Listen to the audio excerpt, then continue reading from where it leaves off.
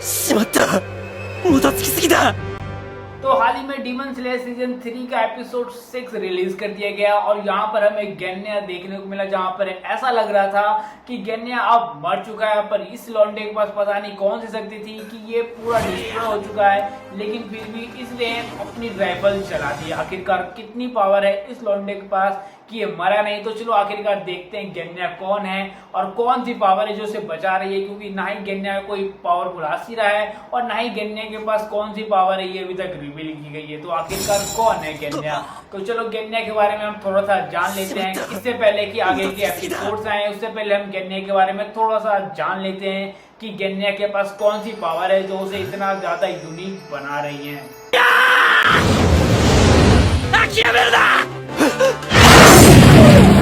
तो देखो गेन्या का नाम है गेन्या शिनाज़ुकावा, और अगर तुम्हें याद नहीं है तो गेन्या हमें पहले देखने को मिल चुका है। सीजन 1 के एपिसोड में भी 6 में देखने को मिला था, जहां पर इस लौंडे ने इन लौंडियों का झूठा पकड़ लिया था, जिसके बाद तानजीरो आकर इसका हाथ छुड़ाता है और यहीं पर हमें गेन्या का पहला अपीयरेंस देखने को मिलता है फाइनल सिलेक्शन के दौरान। जिसके बाद गेन्या शिनाज़ुकावा हमें सीधा सीजन 3 के एपिसोड 1 में देखने को मिलता है नहाते हुए, और यहीं पर हमें फिर उसके बाद बाकी के एपिसोड में गेन्या देखने को मिलता है। पर आखिरकार गेन्या है कौन? तो देखो गेन्या विंड हाशिरे का भाई है, सानिकी का, जो बहुत ज्यादा पावरफुल है, और जो गेन्या है वो भी अपने भाई की तरह एक पावरफुल हाशिरा बनना चाहता है। पर फिलहाल जो गेन्या है वो हाशिरा नहीं है, वो एक नॉर्मल सा डीमन स्लेयर है। पर कौन सी पावर है जो उसको इतना ज्यादा पावरफुल बनाती है? तो देखो जो गेन्या है उसके पास एक बहुत ही इनक्रेडिबल पावर है। वो दरअसल ये है कि अगर गेन्या किसी भी डीमन का कोई सा भी पार्ट खाता है तो उसके पास उस डीमन की पावर आ जाती है। इवन उसके पास उस डीमन की बहुत सारी पावर आ जाती है,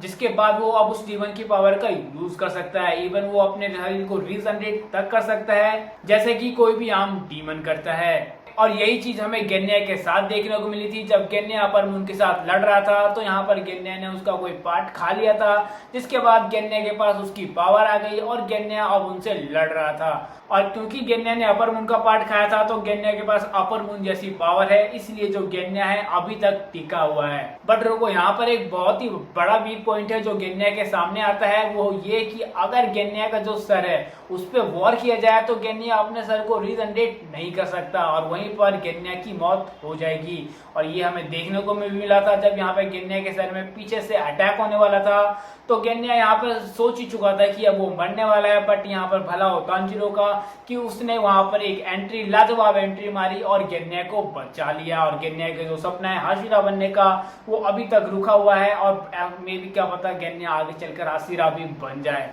और यहाँ पर जो गेन्या शिनाज़ुकावा है वो हमें आगे के भी कई एपिसोड्स में देखने को मिल सकता है। तो यहाँ पर अब तुम समझ ही गए होगे कि क्यों गेन्या शिनाज़ुकावा एक हाशिरा नहीं भी है तो भी वो अपर मून से क्यों लड़ पा रहा है। तो ये था उसका आंसर। इसके अलावा कई सारी और डिटेल्स गेन्या के बारे में बताई गई, जैसे गेन्या का पास्ट हमें एपिसोड 6 में दिखाया गया। तो अगर तुम्हें गेन्या की ओरिजिन जाननी है तो मुझे नीचे कमेंट में जरूर बताना, मैं कोशिश करूंगा उसकी ओरिजिन बनाने की। तो मैं फिर मिलता हूं तुमसे किसी नई वीडियो के साथ, तब तक अपना ख्याल रखना।